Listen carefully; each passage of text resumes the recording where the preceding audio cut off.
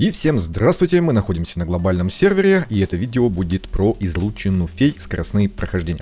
Так как все, кто играл в эту игру до обновления 7 апреля, уже в курсе, что такое излучина фей, что такое скоростные прохождения, но после обновления у нас появилось, приличное количество новых игроков, то я буду проговаривать базовые вещи, не удивляйтесь, да, что я снова элементарные базовые вещи буду проговаривать. Я хочу просто, чтобы те люди, которые сталкиваются с этим впервые, чтобы им что-то полезное было здесь указано, показано. Поэтому давайте приступать. Итак, у нас в этой игре, в Dragonheir, у нас есть такая дисциплина, как излучина фей. И в начале сезона, каждого сезона, у нас есть такая дисциплина на них, дополнительная внутри. Это скоростное прохождение. Излучина фей — это серия противников. Эти циферки — это, можно сказать, этажи. То есть мы просто их проходим, как вот, допустим, башню. Но здесь не башня, а излучина фей. То есть такие лесные массивы с чудесными, злобными существами. Ну и в том числе с врагами, которые похожи на нас. И мы будем их, естественно, бесщадно чистить, уничтожать. Всего у нас 180 этажей вот этих вот в базовом режиме излучины фей. У нас также есть здесь лабиринт диковинок и бездна безысходности. Лабиринт диковинок нас пока что не интересует, бездна откроется потом, это, можно сказать, усиленный режим коридора фей. Итак, в начале сезона, на второй день, я этот не показывал этап, потому что у меня не было на это времени, у нас становятся доступны первые 80 этажей. И на них существует скоростное прохождение. Что значит скоростное прохождение? Кто первый пройдет до первого этажа, до последнего, тот получит, соответственно, такую вот награду. Это у нас уже указываются награды за второй этап, когда у нас 180 уровень доступен. И здесь получается так, что как только мы завершили все этажи, доступные на сегодня, да, то в зависимости от того, когда конкретно, в какое время мы это сделали, то есть закончили прохождение последнего этапа, нам будет, соответственно, вручена награда за наш рейтинг, который мы займем среди других игроков. Поэтому видим, что я здесь 55-й, потому что я только вечером смог зайти в игру. И, естественно, все начинали это делать с самого утра, то есть вот за 25 минут, за 27, за 28 уже справились. Обычно я где-то здесь, в топе 5, но да, в этот день я опоздал. Поэтому, если у вас есть возможность в 8 утра ровно заходить, то заходите и пробегайте их как можно скорее. Тогда вы получите чуть-чуть больше наград, чем остальные. Для того, чтобы быстрее пройти эти этажи и пройти их проще, да, я вам советую предварительную подготовку выполнять. Сейчас мы рассмотрим уже второй этап, да, с 81 по 180 этаж. Но это все справедливо и для первого этапа до 80. Итак, чтобы нам это сделать быстрее, естественно, в первую очередь мы прокачиваем наш уровень героев через вот этих гоблинов, да, то есть мы фармим гоблинов. Если вы донатер и покупаете много хлеба, вы можете сделать это заранее, чтобы не терять время. Но я не советую, потому что разница в наградах там слишком слабая для того, чтобы лишний хлеб тратить. Поэтому, как только у вас станет доступна эта дисциплина, сразу докачивайте уровень. Я докачал 70, по-моему, 4-й. То есть без фанатизма. Видим, 74-й. Я не стал до 79-го, потому что это потребует очень большого количества хлеба. А хлеб я потратил, во-первых, чтобы докачать таланты команде основной, которой я буду проходить. Это у меня ледяной взрыв, поэтому я им таланты прокачал здесь, и хлеб оставил сюда. Также я советую перед прохождением быстренько пробежать подземелья со снаряжением. Причем не фармить их именно, а те пробежать этапы, которые вы можете пройти быстренько, чтобы получить вот эту разовую первую награду. Здесь я уже забрал, она не показывается. Сейчас где она у меня здесь? Вот здесь вот показывается. Вот эту первую награду. Почему? Потому что здесь сундучки со снаряжением. И может быть вам что-то хорошее упадет, и это повлияет на скорость вашего прохождения. Но здесь вы без фанатизма, потому что если у вас возникнут сложности, то вы здесь слишком много времени потратите, да, а гарантированно вы не получите никаких здесь вещей, которые вам могут облегчить либо ускорить прохождение так, чтобы это компенсировать.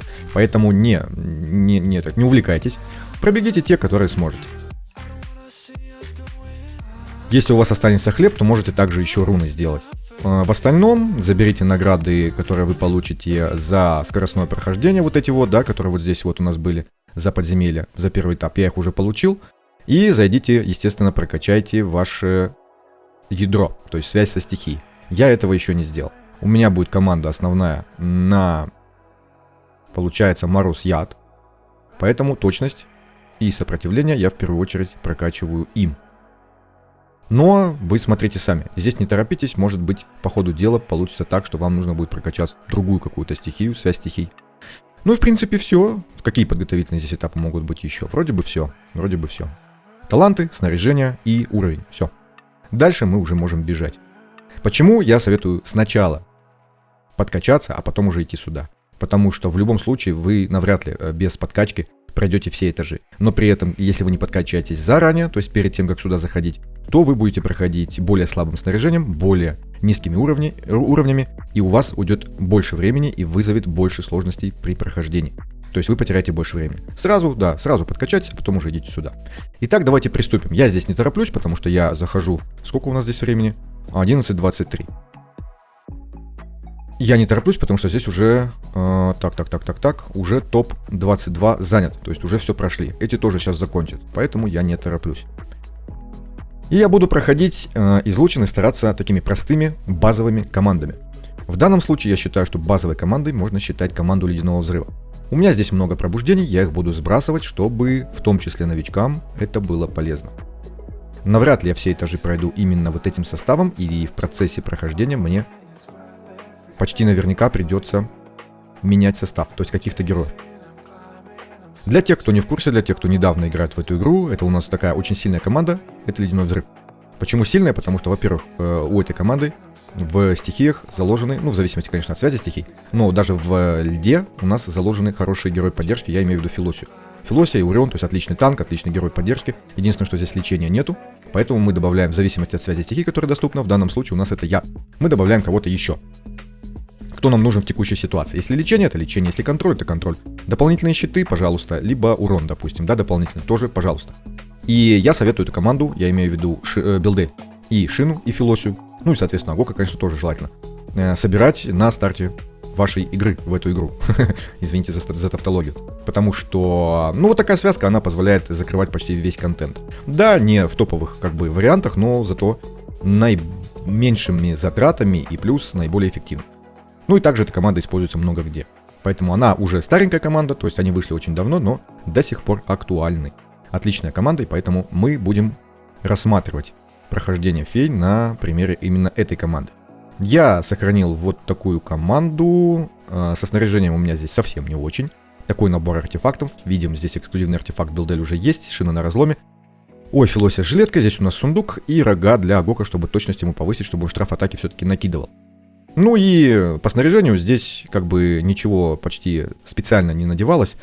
Единственное, что ему я попробовал побольше защиты. Так, но сделал это как-то плохо. Подождите-ка. Что-то у меня со снаряжением здесь совсем плохо. Так, у меня, по-моему, были здесь защита. Нет, защиты нету. А, вот защита, очки здоровья. Это даже лучше. Поставим вот это. Видим так, он пускай живет. Точность у Агока у меня здесь 192, у Шины 278. Это главный параметр, чтобы на разлом накидывала. Билдель, соответственно, у нас одевается, кто не знает, кто из новичков. Ей нужно побольше критического шанса, причем даже больше 100%. А в остальном вот этот сет был бы предпочтителен, потому что урона побольше. Но так как с снаряжением на старте сезона у нас беда, то как получится. Сет кукольника, это важный сет, мы его надеваем на того, на героя поддержки. Либо на любого другого, кроме Билдель. Потому что здесь... Хотя как получится на самом деле, если у вас ДД-параметры на этом сете будут хорошие, то можно, в принципе, на Билдель тоже одеть, если у вас другого ничего лучше нету. У меня со снаряжением не повезло, я уже подземелье отбил, поэтому видим, что ничего лучше, там, мифического качества я одеть пока не могу, у меня там какой-то отстой. Итак, давайте начнем. А прежде чем начинать, я вам снова напомню, буду делать это часто, что есть такой официальный партнер игры по донату. Это не реклама, мне за это не платят. Я действительно его советую, потому что здесь самые низкие цены и, в принципе, удобные оплаты и отличный курс доллара. Обратите внимание, что здесь цена отличается от той, которая, допустим, указана в Google, когда вы оплачиваете через Google Pay. Потому что здесь нету комиссии Гугла. И, собственно, если вы будете донатить, я буду признателен, если вы будете донатить по моей ссылке. В 100-й раз скажу, это не реклама, это просто моя просьба. И погнали дальше. Я вам команду вроде бы показал. Филосия у нас здесь просвещенность, и все, вроде бы все. Код у меня вот такой. С прошлых сезонов он у меня остался, да, у нас все-таки не новичковый аккаунт, у меня здесь уже таланты прокачаны. Давайте посмотрим, что у нас здесь будет. Так, я сохраню эту схему исправленную. И давайте на авто. Посмотрим на авто, сколько они пройдут. Команда сильная должна справиться неплохо с большим количеством этажей, я надеюсь. Потому что здесь антиконтроль, здесь бессмертие, лечение, штраф атаки, щиты, снижение урона, разлом и высокий урон. На большую часть этажей, я думаю, этого хватит. Я буду делать это в ускоренном режиме, потому что когда они проходят на авто, это значит, что здесь сложностей у вас быть не должно. А более подробно будем останавливаться на тех этажах, которые вызовут сложности.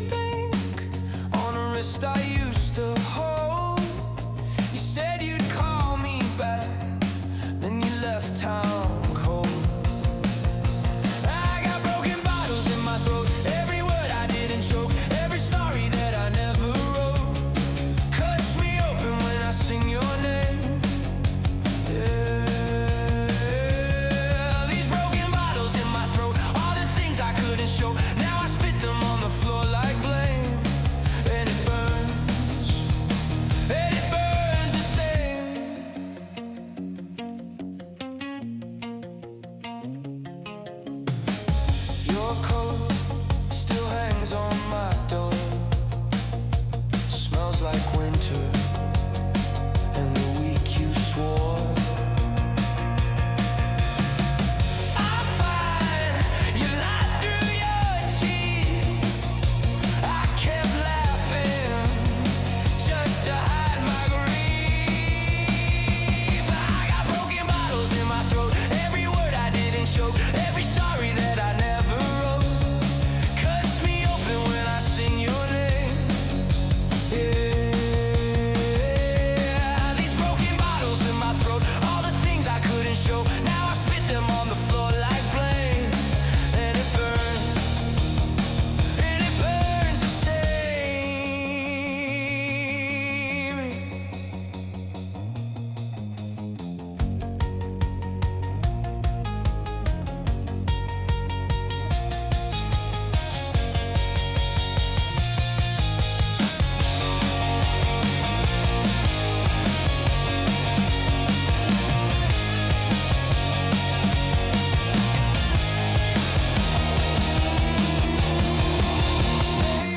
Say you're fine while your hands shaking the light.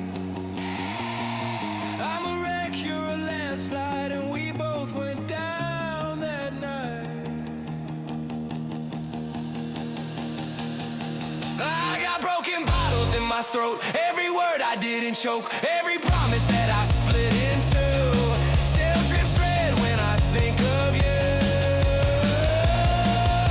Yeah, these broken bottles in my throat, all the things I couldn't show. So I scream them till my voice gives way, and it hurts,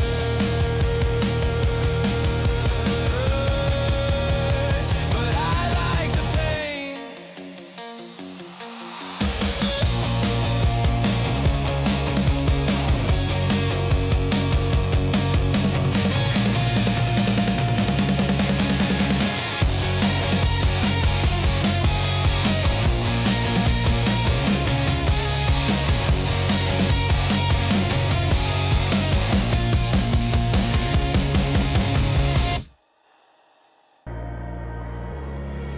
Cheating on a wrist I used to hold. You said you'd call me back, then you left town cold. I got broken bottles in my throat, every word I didn't choke, every sorry that I never wrote. Cuts me open when I sing your name. Yeah, these broken bottles in my throat, all the things I couldn't show. Now I spit them on the floor like blame, and it burns the same. La da da da da da da da da.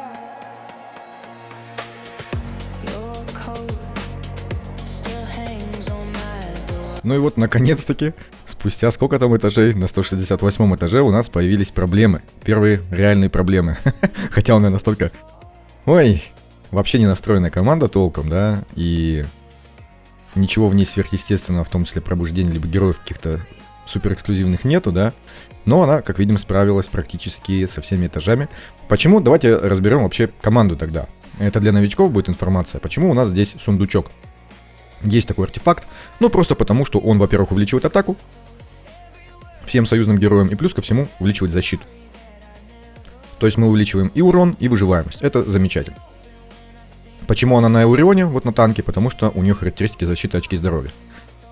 Так, почему мы Эуриона одеваем в защиту? Я надеюсь, не должно быть секретом для вас, потому что у него величина щита, которую он на себя накладывает, зависит именно от защиты, от количества защиты.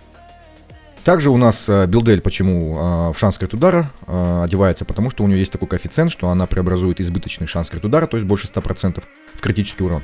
Это у нее такое особенное свойство, поэтому мы ее одеваем как можно больше, в первую очередь, шанс крит удара, дальше в атаку, не забываем там немножечко защиты, но это здесь как бы не особо важно, но тоже имеется в виду базовая такая информация. Артефакт у нее эксклюзивный, если у вас еще нет эксклюзивного артефакта, спокойно ей ставим цветок. Единственное, что, конечно же, урон будет совсем другой, но тоже вполне себе достаточно. Вот этот цветочек. У нас здесь выбита первая руна, да, поэтому Видим, что могли Агоку и поставить. Рога здесь, потому что они увеличивают и лечение. У Агока, я имею в виду, рога стоят. И лечение увеличивают, и получаемый урон противниками, и еще дают точность Агоку, чтобы он смог накладывать штраф к атаке здесь боевого навыка. Мы, кстати, его желательно еще могли бы одеть в просвещенность, но у меня уже не хватило снаряжения нормального для того, чтобы еще добавить просвещенности. Но зато у него атаки неплохо. А почему мы атаку и просвещенность одеваем Агоку помимо точности? Потому что у него лечение зависит от атаки и от просвещенности. Видим, да? Просвещенность. Атака. Шина. Шина у нас главный заливщик ледяных кристаллов для билдель. Если вы не знаете, как работает механика ледяного взрыва, можете посмотреть гайд. Я давным-давно делал гайд на ледяной взрыв, там я вроде бы детально это все разбираю. И мы чаще всего шину одеваем именно в разлом. Это у нас артефакт один из самых главных. Если вы новичок, вы можете покупать его в первую очередь, он используется просто везде. Почему? Потому что он накладывает штраф к защите, когда мы наносим урон по противнику с помощью своего абсолютного навыка. Любого причем, любого. То есть каждый герой, который наносит урон с помощью абсолютного навыка, он может накладывать вот этот вот штраф к защите. И этот штраф к защите второго уровня на 50% снижает защиту противника, причем он может накладываться массово. Если, допустим, шина бьет кристаллами по множеству целей, а она это делает, то она накладывает множество противников этот штраф к защите, и урон по ним значительно вырастает. Поэтому этот артефакт будет просто в каждой команде. Филосия. Филосия у нас очень сильный герой, как, если вы знаете, не знаете, она мало того, что накладывает жирные щиты, причем постоянно, когда мы получаем урон в том числе, так она еще и сама снижает урон за счет этих щитов. И за счет вот этого артефакта жилетки она еще снижает урон, когда есть активные щиты. Поэтому здесь жилетка. Так как у нас, команда хоть и сильная, но без пробуждения, то есть без дополнительных усилений, снаряжение здесь так себе, то мы дополнительно увеличиваем живучесть за счет этой жилетки. Ну и плюс сама Филосия будет жить лучше, если по ним будет прилетать удар. Так, кто у нас здесь еще остался? Вроде бы все. Вроде бы все, да. Если у вас нету рогов, можете купить часы, тоже будут неплохие. Они не увеличат урон, они не увеличат лечение, но зато они дадут ускорение навыков для Агока. Он будет чаще лечить, чаще накладывать бессмертие, чаще лечить с боевого и накладывать штраф атаки в том числе чаще. Ну и, соответственно, точность вы получите. Если же у вас нету даже такого, то есть мифического, хотя, наверное, странно это будет, но все равно. Если у вас его нету, можете поставить что-нибудь с точностью вот отсюда. Из вот этих обычных легендарных артефактов их можно накупить хоть все, да, на старте игры, потому что они стоят довольно-таки дешево, скажем так. То, что здесь на точность, например, вот этот я бы поставил ему. Но в остальном здесь, в принципе, нечего сказать. Филосию здесь заменить особо неким, потому что поддержки у льдояда здесь не так, чтобы много. У вас навряд ли будет этот персонаж. Виньяра, она в одну цель играет, и щиты в том числе в одну цель урон не снижает, поэтому плохой вариант. Разве что Афанасий, но это плохой вариант, потому что он не снижает особо урон. Снижает, но мало, потому что щиты у него накладываются редко и, плохо играет. Попробовать можно, но это будет совсем другая игра, и так легко они не пролетят. Если вдруг у вас упала каким-то образом фигня, можно попробовать ее. Опять же, она урон не снижает, но зато у нее сильное лечение. Так тут, в принципе, особо-то нечего рассказать, потому что, как видим, здесь не то чтобы много вариантов. Поэтому Филосия, еще раз Филосия. А вот насчет Агока, Гока можно было попробовать заменить, например, кто у нас здесь? Можно было бы попробовать Викука поставить, потому что у него есть и штраф к атаке, и он еще снимает ослабление, и он подлечивает. Я бы мог попробовать, вот, допустим, Викука. Из легендарных у Яда, вроде бы как с лечением именно. Рита, навряд ли она у вас будет. Поэтому вот так вот. Такая вот пауза по разбору команд, а теперь давайте посмотрим, что мы можем с ними сделать. А мы, знаете, что можем сделать? Просто попробовать еще раз. Но при этом можно попробовать давайте руны мы поставим, раз уж настаивает игра. Защита. Точность дополнительная, атака не помешают. Давайте попробуем просто замедлить и сделать это вручную. Так вот. Вот перед ударом противника я стал использовать Эуриона, чтобы он снизил урон. Я не знаю, будет ли этого достаточно, либо нет. Мне кажется, что нет. Видим, что сейчас мы начнем умирать. Если не подоспеет Агок со своим лечением и бессмертием, он не подоспел. Мы не успеем здесь вот этих двоих замочить, потому что они нас добьют без лечения. Давайте попробуем сделать вот так. У нас Беренгар бьет по вот такой вот цели, потому что он будет... То есть он будет кучковаться. Так. Скорее всего, вот по этим двоим. Так как здесь они у нас втроем стояли, то они били вот по ним. Крисос у нас бьет по всей карте. Давайте попробуем разбавить их вот так вот. Плюс ко всему билд я сюда переставил, чтобы она вместе с шиной нацеливались на одного и того же противника и, соответственно, выносили его быстрее. Давайте попробуем так.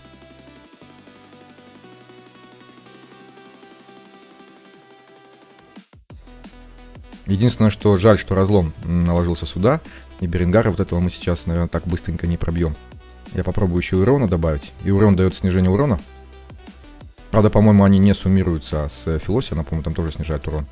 Так, Беренгара одного мы вынесли, мы успели наложить бессмертие, но нам не помогло. Сейчас она умрет. Да, но мы их добьем. Ну, по идее, просто надо было переиграть бои, и все. Несколько раз, в том числе можно, да, использовать ручное нацеливание, вот такое вот.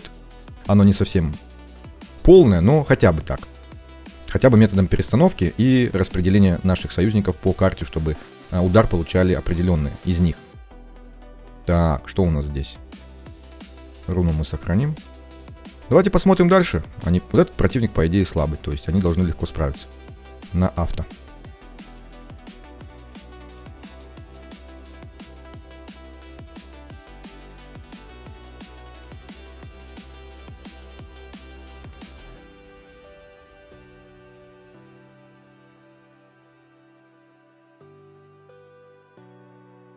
Это противник посерьезнее гораздо, он один из самых вредных. Посмотрим, смогут ли они на авто. Если что, мы здесь подключать будем Виньяру. Почему Виньяру? Потому что она сбивает энергию противника. Но она бьет по одной цели, но здесь нам этого будет достаточно, потому что здесь есть Элисебры. Очень вредный противник. Если у вас так легко не пройдут, то можете попробовать, допустим, вместо Агока, либо... Ну да, вместо Агока получается, Виньяру. И сбивать энергию именно Элисебры.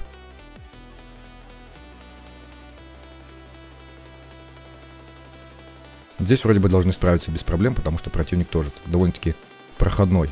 Эурон может умереть, а нет, не умрет. Успевает. Хотя здесь есть Тамара, она тоже вредная бабка.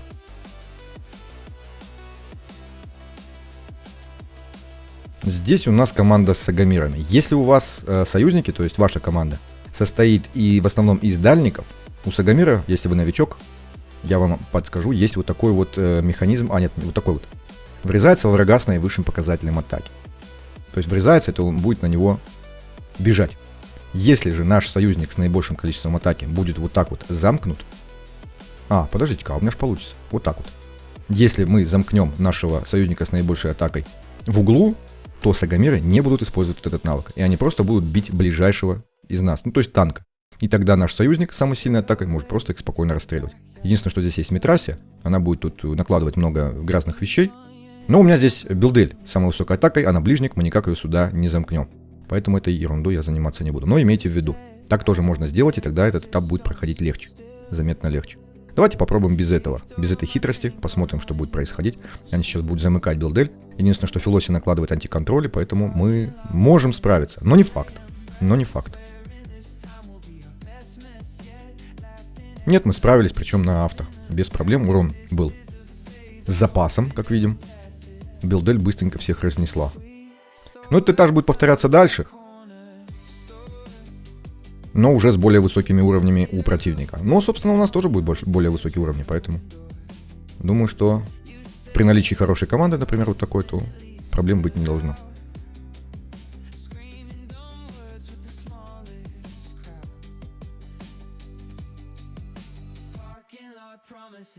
Так, ну это тоже вроде бы слабенькая проходная команда. Телендор, конечно, здесь урон может наносить высокий, когда вот... Но нет, не в нашем случае, видим, что мы даже его практически не замечаем.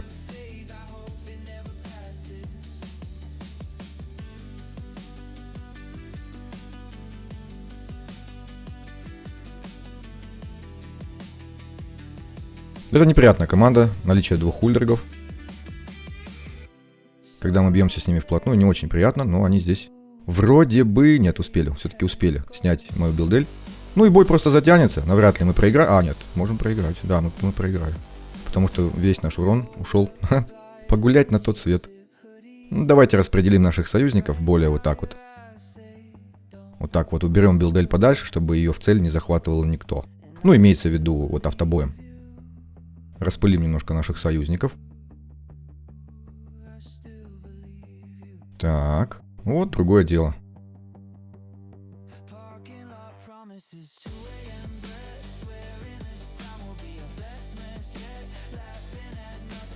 Так, неприятный этаж, но думаю, что должны пройти без проблем.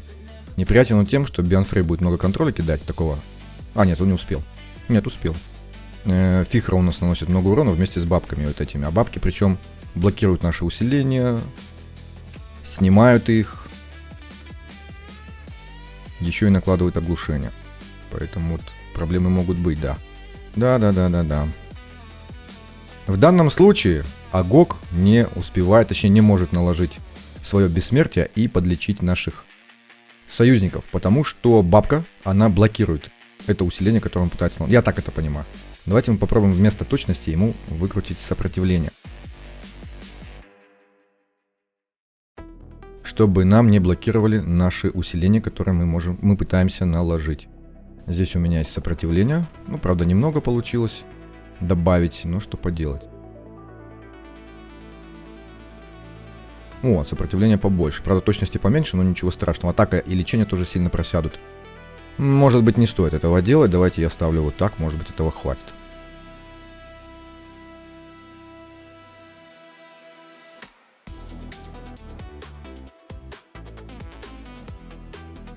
К сожалению, не особо хватило. Давайте попробуем еще один вариант. Когда у вас ваш питомец на урон не справляется и команда не живет, можно попробовать использовать, допустим, оленя. У него неплохие щиты, он накладывает оглушение. И живучесть при этом команды довольно-таки неплохо вырастает. У меня здесь есть вот такой вот олень с блокировкой урона, не знаю, пригодится нет, и с ускорением. Поэтому давайте... Да, у меня попросяет урон, но я попробую вот так вот. Зато живучесть должна заметно вырасти. Прям заметно. Бианфрея мы уже выкосили. Так, товарища бабку одну точнее, мы выкосили. И всех остальных, я думаю, что мы выкосим. Вот так вот. Такой вот волшебный лесной олень. Похожий на зайца.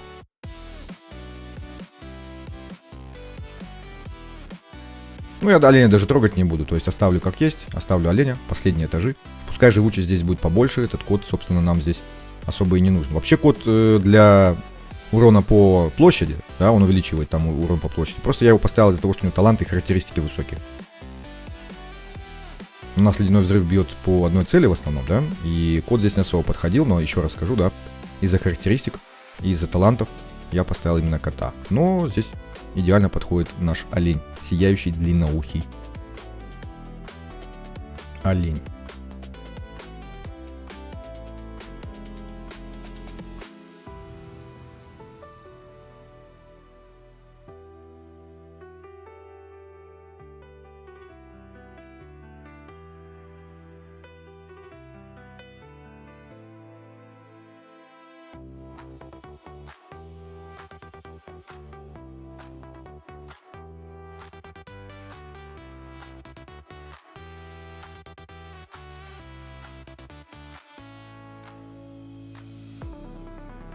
Ну, собственно, вот и все. Одной командой, без каких-либо замен.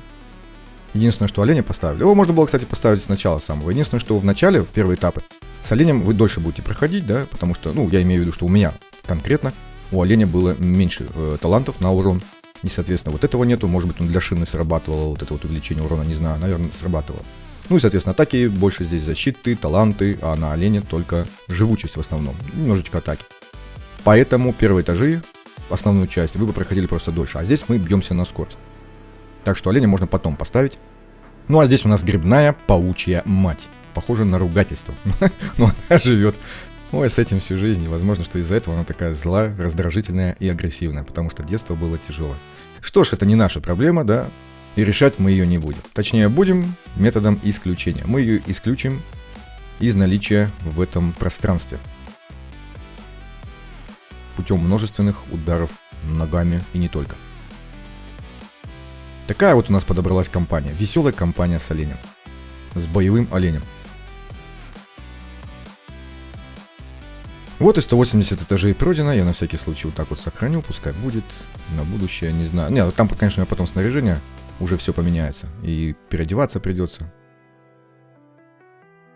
Так вот мы прошли через 6 дней, то есть получается через 7. То есть сегодняшний день и еще 6 дней. Через 7 дней у нас еще 100 этажей, ой, 120 еще откроются, и мы будем повторять то же самое, но награды уже будут за рейтинг чуть побольше. Сразу скажу, в обычном режиме вот этого коридора фей, Они, награды, я имею в виду за скоростное прохождение, они не то чтобы критичные. Получила 26 место, успел, попал в топ, сколько, 30? В топ 50. Видим, что разница по вот этому главному ресурсу здесь, ну, минимальная. И если у вас нет желания в 8 утра просыпаться, либо больничный брать на работе, либо опаздывать на работу, то просто забейте. И как успеете, так и сделайте. Единственное, что для новичков здесь, конечно, ценный ресурс, вот эти вот свитки. У нас их уже с избытком, а у вас их будет с недостатком, с дефицитом. За них стоит побороться. В остальном, вот за этот экстрадент, ну, здесь разница небольшая. И вы его особо не почувствуете. Так что не думайте, что вы здесь что-то сильное прям упускаете, если за этот рейтинг не боретесь. А вот уже с бездной безысходности, ну, желательно их повыше занимать места, то есть проходить оперативно и серьезно, потому что здесь у нас вот разница в этих сундучках, а сундучки здесь дадут вам неплохой прирост по силе команды, ну, какой-то вашей основной, то есть мы сможем здесь сделать закалку для вашей основной команды, закалку снаряжения я имею в виду. Поэтому здесь, если у вас получится, то постарайтесь. Тем более видим, что разница по экстраденту связи уже более ощутимая. Ну а так, в принципе, больше здесь делать нечего. На этом давайте закончим. Большое спасибо за просмотр. Удачи вам и хорошего настроения. И всем пока.